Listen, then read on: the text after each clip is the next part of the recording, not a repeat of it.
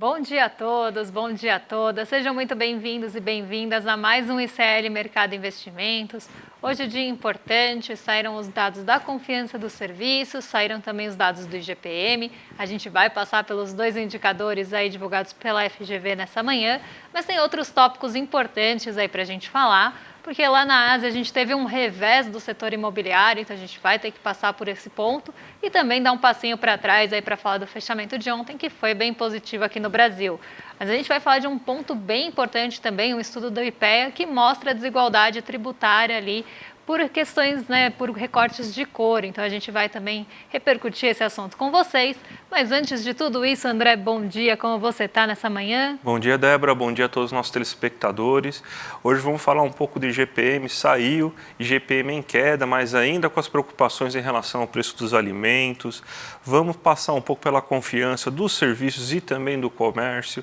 A gente teve uma queda até esperada pela sazonalidade que a gente tem nesse começo de ano, né? Vamos falar também desse estudo que o IPEA divulgou aí, mostrando aí muito sobre a questão estrutural, racismo estrutural, que afeta inclusive a forma que as pessoas pagam impostos, né?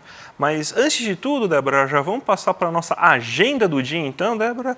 Aqui, ó, então fala para o nosso telespectador tudo que ele deve esperar aí no dia de hoje. Olha, hoje a agenda ela tá mais cheia e também cheia de dirigentes do Fed aí durante o dia. Então a gente deve ter também essa preocupação em relação a esses pronunciamentos, além da segunda leitura do PIB, que saiu agora às 10h30 nos Estados Unidos. Então, por lá a gente teve a leitura do PIB e também o índice de gastos com consumo pessoal, que a gente chama de PCI, também aí, segundo a leitura, ambas divulgadas às 10h30.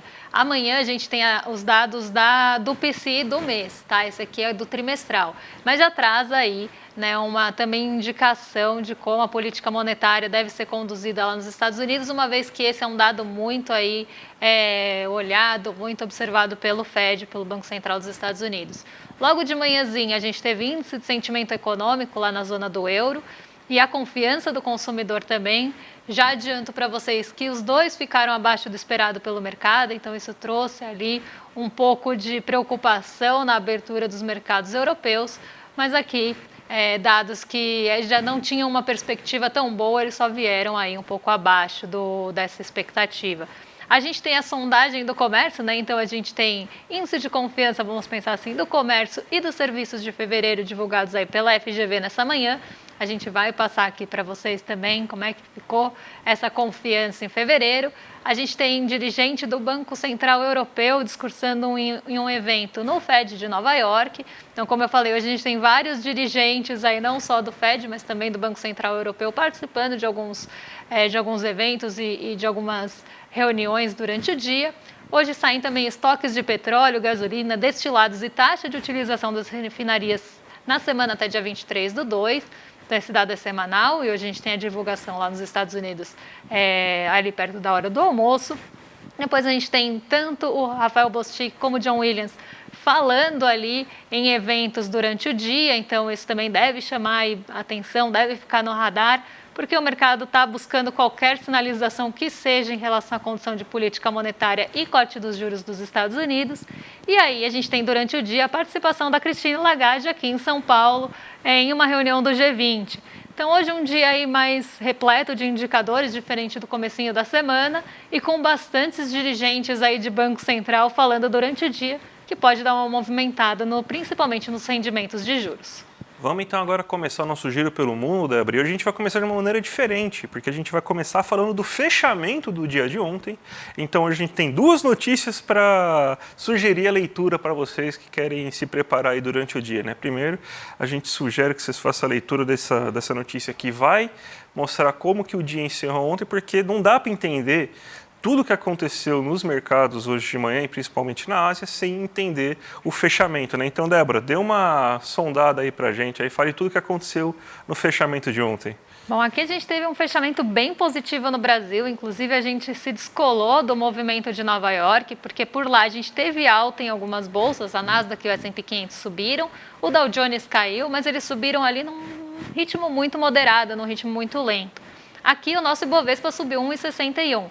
E aí eu acho que vale a gente pensar por que o nosso Ibovespa foi tanto ali para o positivo, para o terreno positivo, teve essa alta tão intensa, e um dia mais moderado, e um dia que o dólar ele acabou ali tendo uma queda, mas não acompanhou a alta do Ibovespa. Então a gente tem que pensar em alguns pontos aí que influenciaram essa alta. Então logo pela manhã, antes mesmo da abertura acontecer aqui, na verdade, quando a gente teve o fechamento das bolsas asiáticas, o minério de ferro teve uma recuperação bem forte. Ele veio de alguns dias de queda, mas ali naquela expectativa que a China fosse estimular a sua economia ou fosse divulgar novos estímulos, agora na reunião que vai acontecer em março, a gente teve uma alta, uma recuperação do preço do minério de ferro. Esse foi o primeiro impulsionador, o primeiro catalisador da nossa bolsa logo pela manhã.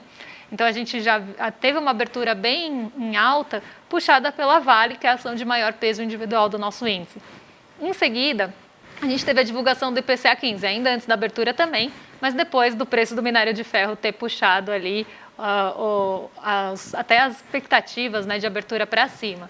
A divulgação do IPCA 15 veio bem abaixo do esperado pelo mercado. A gente teve, sim, uma aceleração de janeiro para fevereiro, inclusive esperada inclusive da fonte que veio, né, que foi ali o grupo de educação, que teve um peso grande no IPCA 15 agora de fevereiro. Então, isso já era esperado, mas o mercado esperava que o IPCA 15 fosse ficar maior do que ele ficou. E aí, a gente teve esse segundo otimismo, né? Esse segundo impulso vindo para a nossa bolsa. Então, aqui, tá, a gente está só trocado. Então, onde vocês estão vendo ICOM é IMET, é índice de materiais básicos, e onde está IMET é ICOM, tá? É índice de consumo. Então, aqui a gente tem que pensar os dois pontos que realmente fortaleceram a nossa bolsa ontem. Um deles foi o índice de consumo, que subiu 3,28% ontem, muito puxado por aquelas ações ligadas ao nosso setor doméstico, então grandes varejistas, por exemplo. Por quê? Essas ações elas reagem bem tanto a uma inflação ali mais controlada, quanto também aos juros futuros. Ontem os juros futuros eles caíram nos vencimentos curtos e nos vencimentos longos. Então, a expectativa para os juros, ela estava arrefecendo ontem, indo inclusive na contramão das treasuries de 10 anos ali que avançaram ontem. Tá? Então, a gente teve ali essa ajuda da curva de juros arrefecendo justamente porque agora está corrigido aí para vocês na tela, perfeito. E aí a gente teve essa ajuda, né, da queda do rendimento dos juros futuros aqui no Brasil, justamente respondendo ao IPCA 15. Isso puxou o índice de consumo para cima, porque a gente tem... Não, agora está trocado ainda, né?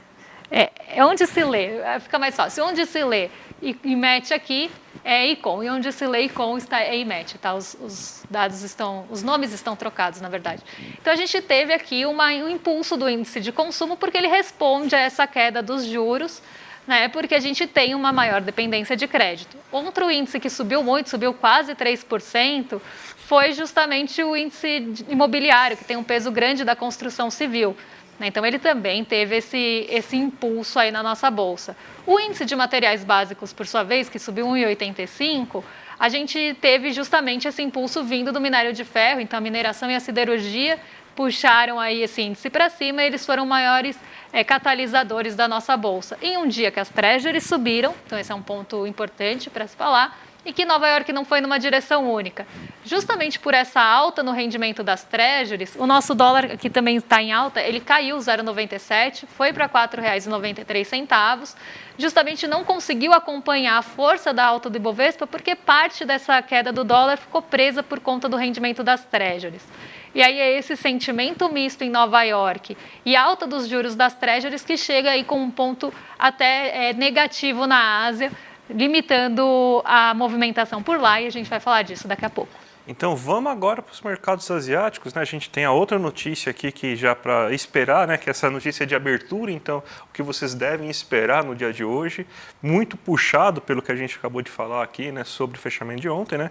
Mas vamos continuar então falando da Ásia agora, Débora. Exatamente, esse sentimento misto, né? essa ansiedade do mercado pelos dados de inflação de gastos com consumo pessoal e pela segunda leitura do PIB, já estavam trazendo aí uma incerteza em relação ali à economia do país norte-americano, os Estados Unidos. E aí a gente teve essa alta, né? A gente está tendo algumas altas nos rendimentos das treasuries justamente por essas incertezas em relação aos dados, como é que eles iam ser divulgados, como é que seria ali o comportamento deles. Isso fez com que a gente tivesse uma abertura mista também na Ásia, predominantemente negativa, e essa queda já começa, né, o dia com um sentimento negativo vindo de Nova York, então, né, a gente já tem esse primeiro fator aí determinando essa abertura mais em tendência negativa na Ásia, mas aí a gente tem uma segunda coisa que acontece por lá, um segundo fator, e esse sim joga as bolsas para baixo e faz o Hang Seng cair mais de 1,5%. A gente teve a Country Garden não pagando, né, uma ausência de pagamento de um contrato ali da Country Garden, um contrato de mais de 200 milhões de dólares, e aí a ausência desse pagamento fez com que um dos credores da Country Garden, a Country Garden ela é uma empresa do setor imobiliário chinês que está muito fragilizado, e ela é negociada na Bolsa de Hong Kong, no Hang Seng, ele está listado no Hang Seng. Então, ela caiu mais de 6% hoje, justamente porque essa ausência de pagamento desse contrato fez com que um dos credores pedisse a liquidação judicial da Country Garden. Então, o setor ali imobiliário também puxou os índices para baixo e índices que têm essa exposição caíram mais do que os outros. Então, um dia bem negativo na Ásia.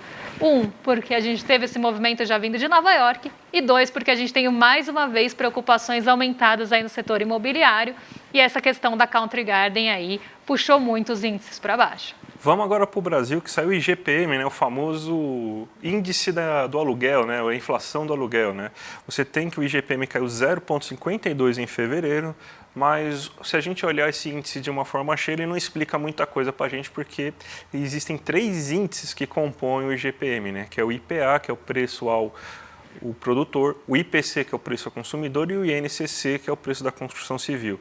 A gente abre agora, né, vamos mostrar aqui o gráfico mostrando ele aberto agora para a gente entender tudo o que aconteceu, e lembrando que o nosso foco é sempre olhar o IPC, né, que o IPC é aquele que mais baliza o preço do consumidor, e ele vai refletir também o que será o IPCA e também vai refletir na nossa vida, né? Porque, aliás, a inflação nada mais é do que o aumento dos preços que a gente consome.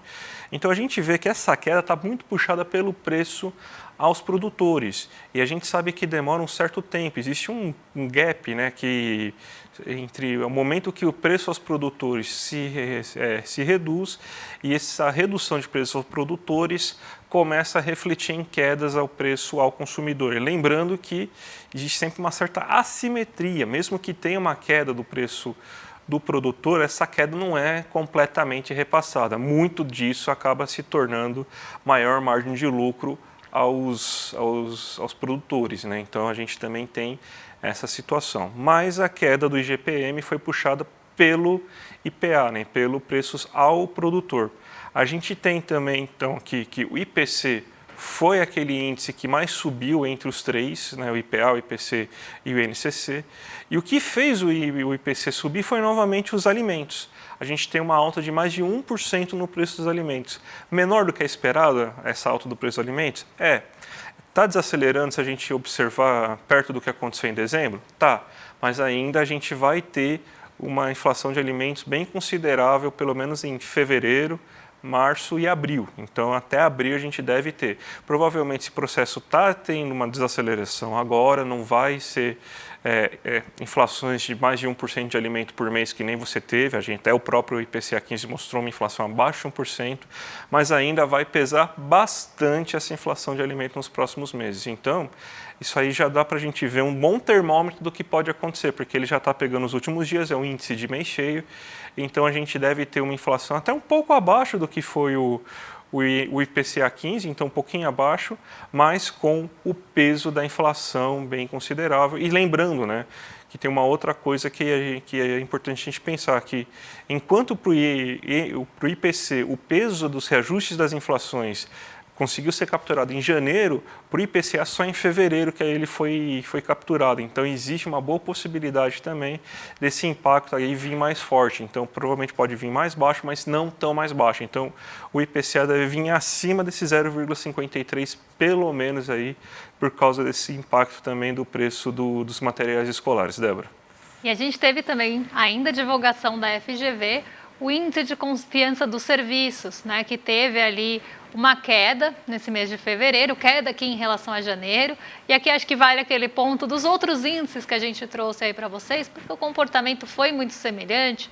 Janeiro foi um mês que a gente teve uma confiança mais acelerada, um pouco mais de confiança dos setores. E agora em fevereiro a gente tem um ajuste dessas expectativas e dessa confiança, até por questões sazonais. E aí a gente vê, eu montei um gráfico aqui para vocês, como é que estão, para a gente ver, daquela forma que a gente vê os outros índices, como é que está a composição do ICS, que é o Índice de Confiança dos Serviços, e ele é composto pela situação atual e pelo índice de expectativas. Aqui a gente vê que a expectativa para os serviços tinha dado uma boa esticada até dezembro, e depois ela caiu ali, na verdade de dezembro para janeiro. Como eu falei, janeiro foi um mês de boas expectativas, de um otimismo basicamente aí generalizado. E aí a gente tem essa queda em fevereiro, até esperada por questões sazonais. Então as expectativas para o futuro caíram bastante aí nesse mês de fevereiro. Isso puxou o índice de confiança para baixo e o índice de situação atual, então como é que esse setor está avaliando a situação atual, ficou praticamente estável em relação ao mês passado. Então aqui um comportamento bem parecido com os outros índices que a gente já falou por aqui nos outros dias.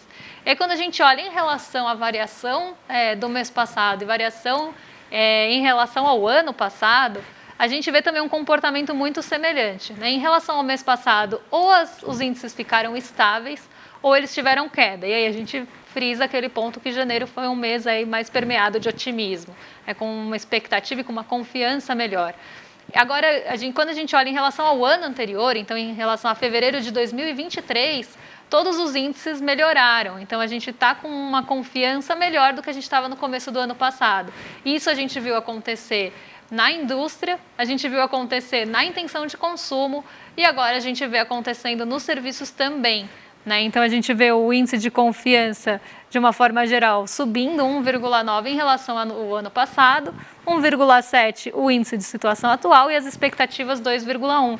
Inclusive as expectativas aí, entre todos, foi a que mais subiu, justamente porque teve uma melhora da expectativa do setor aí, nesse começo de ano do que estava no começo do ano passado. E aí tem alguns fatores que, inclusive, na matéria completa lá do nosso site, a gente aponta, que tem expectativa de queda de juros e outros pontos que podem aí contribuir para essa melhora no consumo dos serviços. Vamos falar agora, então, a gente ia falar do comércio também, mas vamos pular já para, acho que para o grande fato do dia, para nosso destaque do dia hoje, que é a questão do estudo do IPEA, que mostra que o sistema tributário ele é mais pesado, ele penaliza mais as pessoas negras. Então isso mostra aí que até na questão tributária existe ainda um racismo estrutural, justamente porque pessoas negras também são as pessoas mais pobres na economia brasileira. A gente cansa de mostrar aqui para vocês que o desemprego é maior entre pessoas pretas e pardas, que a renda é menor para essa população.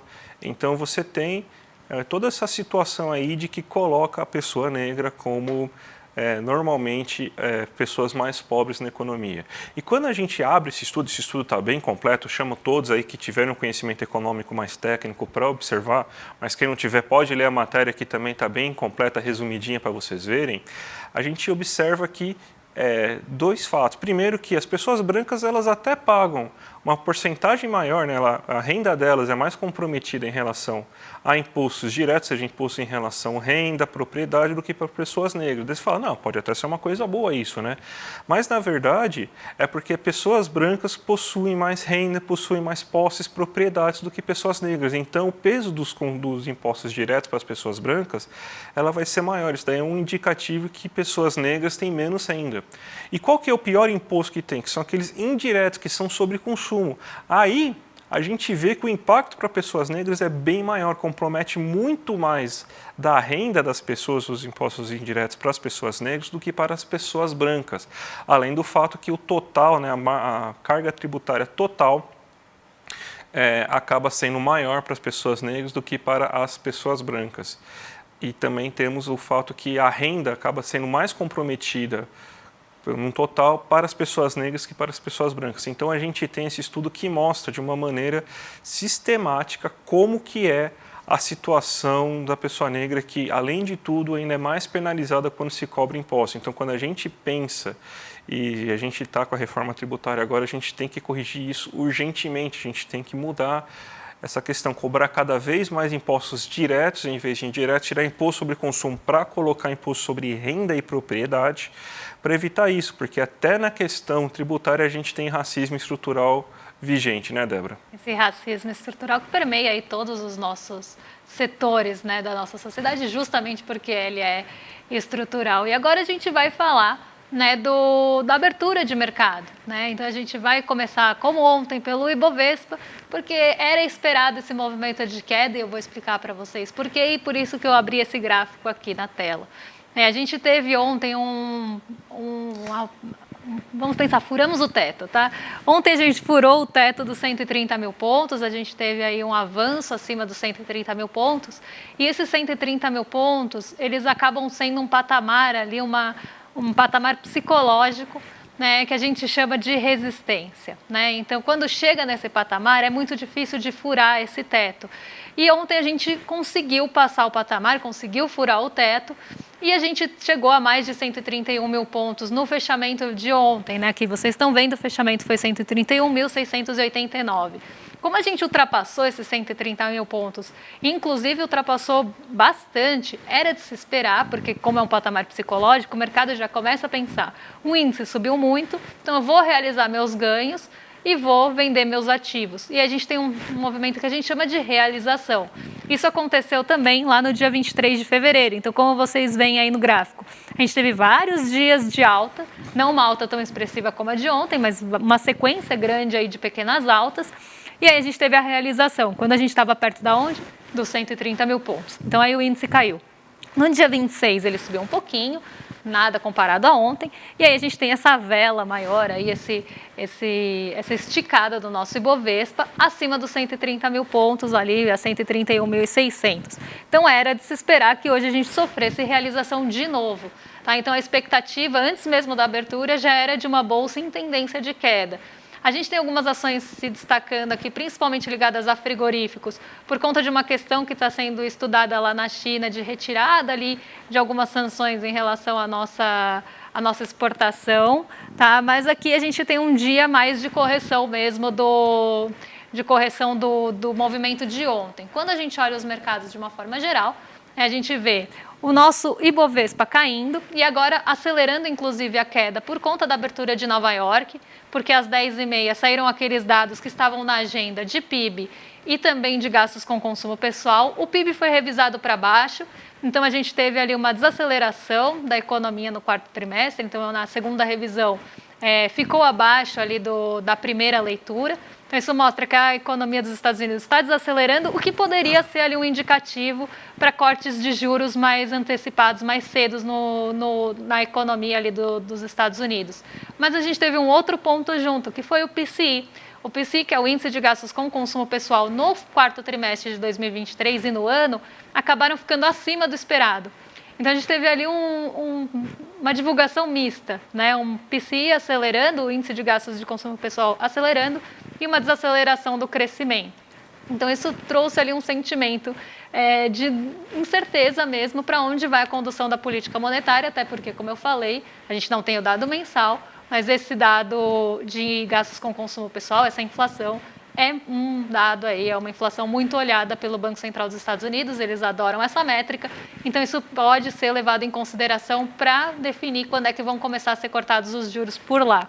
A gente vê hoje o dólar acelerando, então ele sobe 0,53%, não só pela realização da nossa bolsa, mas também por esse sentimento de incerteza em relação aos juros dos Estados Unidos, isso faz com que as treasuries se elevem e o recurso sai ali de mercados emergentes e vão buscar segurança lá no rendimento dos títulos de dívida dos Estados Unidos. E a gente vê que isso realmente está acontecendo pelo DXY, né? O DXY ele tem uma alta de 0,18, ele mede o dólar frente aos pares, então o dólar não está só se fortalecendo frente ao nosso real, por exemplo, mas também frente aos pares, o que mostra que não é nada ali específico de mercados emergentes ou exportadores de commodities. É realmente um movimento que está vindo das treasuries. O petróleo Brent ele sobe nessa manhã, Ontem ele começou o dia bem ali entre perdas e ganhos, sem uma direção definida. Depois ele se firmou em alta. O mercado teve uma notícia de que pode ser que a OPEP estique os cortes, aqueles cortes voluntários de produção de petróleo, podem ser esticados, podem ser aumentados. Isso fez com que o petróleo acelerasse na segunda parte do dia. E hoje ele continua em alta aí a quase 83 dólares, né? 82,85 dólares por barril. Ainda nesse movimento de ontem e também porque o mercado está olhando ali muito tráfego no Mar Vermelho, porque a gente tem algumas questões também acontecendo por lá que podem pressionar o preço da commodity. Mas aqui, esse anúncio de possíveis aumentos de cortes na produção de petróleo foi o que jogou o barril para cima e acabou também puxando aí hoje pela manhã a continuidade desse movimento. Débora, é amanhã já, hein? Amanhã lançamento de produto novo da firma aqui, gente. Olha lá, empreendedor mestre. Vocês estão cansados daqueles coach te enganando, né? A gente já salvou vocês dos coach financeiros, agora vamos salvar vocês dos coaches de empreendedorismo. O Eduardo Moreira vai fazer o lançamento numa aula inaugural maravilhosa, mostrando os principais conceitos básicos para vocês já entenderem, né?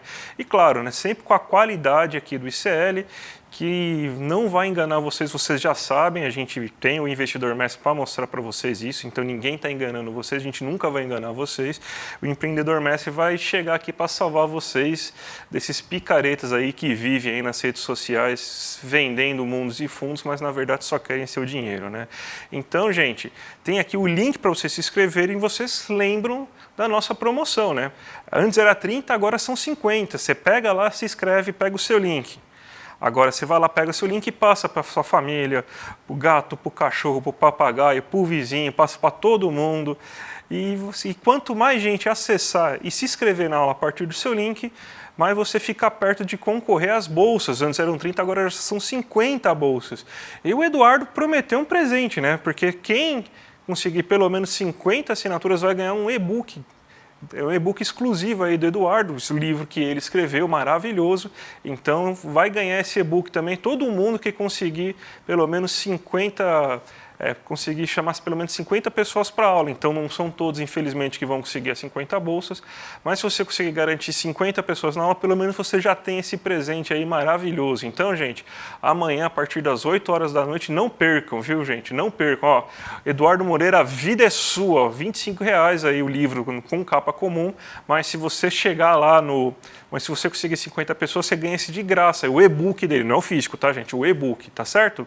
Então, vamos passar para o nosso vizinho, Débora? Vamos passar para o William De Luca, porque os rolezeiros já devem estar ansiosos aqui no chat pelo começo do programa. Amanhã a gente está de volta, amanhã é quinta-feira, dia de entrevistado. Então, até amanhã, um beijo para vocês. Até mais, André. Até mais, gente. Tchau, tchau. É amanhã, turma, que a gente inaugura o nosso novo grande projeto, o curso Empreendedor Mestre. Um curso para ensinar as pessoas como hackear o sistema e usando técnica, ciência, vencer os grandes nas regras que eles criaram e nos obrigam a cumprir. O programa Empreendedor Mestre vai ser uma verdadeira revolução em termos de dar ferramentas para que as pessoas possam aumentar as suas probabilidades de sucesso num sistema tão injusto. Se você já se inscreveu, fique atento que no seu e-mail, 1 hora antes da aula, vai chegar o link para você poder participar. Se não se inscreveu, clique agora no botão Saiba Mais e em poucos segundos você vai se inscrever. E amanhã a gente vai estar junto para poder curtir essa aula incrível. Até amanhã, 8 horas da noite no horário de Brasília.